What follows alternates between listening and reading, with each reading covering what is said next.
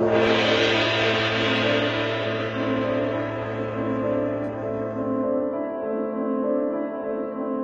میں جس جوش اور جذبے کے تحت آپ کارکنان اور بالخصوص آپ کے کینڈیڈیٹس جس انداز میں کام کر رہے ہیں، اس میں کوئی شک نہیں. جو پبلک رسپانس ہمیں مل رہا ہے اس میں فتح بلوچستان نیشنل پارٹی کی اور شکست آپ کے مخالفین کی ہے. لیکن جو اگلا مرحلہ آ رہا ہے صرف الیکشن کیمپین کی حد تک نہیں ہوتا. الیکشن میں جو اگلا مرحلہ ہے وہ ہے پولنگ کا. پولنگ کے لیے آپ نے اپنے ووٹر کو کس طرح نکالنا ہے. کیمپین میں تو آپ نے ان کو کنونس کر دیا، لیکن یہ نہ سمجھیں کہ ووٹر اپنی مرضی کے تحت خود آئے گا. وہ جو آپ کا ڈائی ہارڈ پولیٹیکل ورکر ہے وہ تو ننگے پیر بھوکے پیٹ وہ نکل آئے گا، لیکن اس کے ساتھ عوام کو نکالنا بھی آپ پولیٹیکل ورکروں کی ذمہ داری ہے.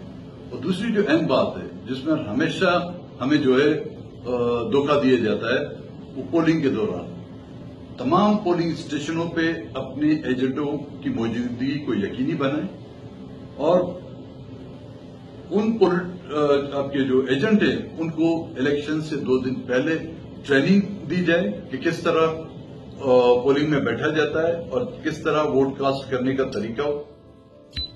طریقہ کیا ہوتا ہے، اور اس کے ساتھ ساتھ جو ووٹ ہیں ان کو کس طرح چیک کیا جائے.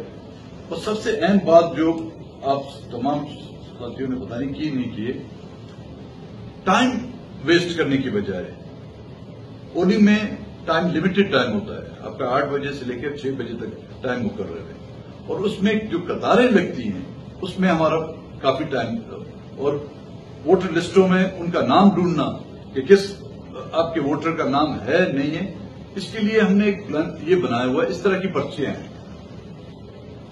یہ الیکشن سے 1 دن پہلے تمام اپنے یونٹسوں کو مہیا کر دیں. تمام یونٹسوں کو مہیا کر دیں کہ وہ آپ کے ووٹر کا سیریل نمبر، اس کا نام، اس کی ولدیت اور اس کی پوسٹنگ پولنگ اسٹیشن کا نام یا کوڈ جو ہے وہ اس میں جو آپ کا ایجنٹ اندر بیٹھا ہوا ہے اس کو بڑی آسانی ہوگی اس کو ڈھونڈنے میں. اگر یہی طریقہ آپ نے چھوڑا کہ نہیں جی وہ اندر جا